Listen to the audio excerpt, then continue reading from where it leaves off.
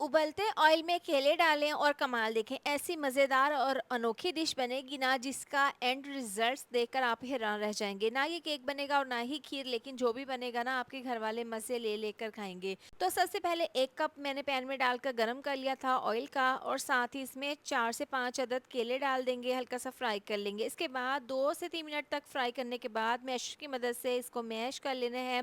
अब इसको दोबारा से हल्का सा हमने फ्राई कर लेना है। इसके बाद इसमें 2 चम्मच सूजी डाल देंगे। अभी यहाँ पर देखें आपको ऑयल ज़्यादा लग रहा है, लेकिन हम बाकी की जब चीज़ें डालेंगे ना तो ऑयल बिल्कुल ख़त्म हो जाएगा। सूजी डालकर 2 मिनट के लिए मैंने इसको फ्राई कर लिया है, भून लिया है। इसके बाद 1 बड़ा चम्मच इसमें बेसन डाल देंगे, इससे ना अच्छा सा कलर आएगा और फ्लेवर भी बहुत ही ज़बरदस्त आएगा। बेसन डालकर मैंने अच्छे से मिक्स कर लिया है। इसके बाद 2 ब्रेड के स्लाइस के मैंने क्रम्स बना लिए थे, ये इसमें डाल देंगे। अब इसको मिक्स कर लेंगे। यहाँ पर देखें ऑयल बिल्कुल ख़त्म हो गया है, तमाम चीज़ों में ऑयल अच्छे से मिक्स हो गया है। इसके बाद यहाँ पर 1.5 कप मैंने दूध का लिया है, ये दूध इसमें शामिल कर देंगे। साथ ही इसमें इलायची के दाने 4 चम्मच चीनी डालकर अब इसको अच्छे से मिक्स कर लेंगे। यहाँ पर अगर आपको गुठली लगे तो आपने मैशर की मदद से इस तरह से आपने इसको मिक्स कर देना है। इसके बाद इसको चम्मच की मदद से यहाँ पर मीडियम टू लो आंच पर पका लेंगे।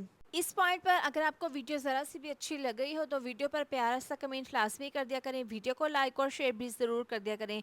दूध यहाँ पर ड्राई हो गया है और यहाँ पर देखिए इस मिक्सचर को हमने अच्छे से भून लिया है। जैसे ही ये रेडी होगा ना तो पैन से अलहदा होना शुरू हो जाएगा इस तरीके से।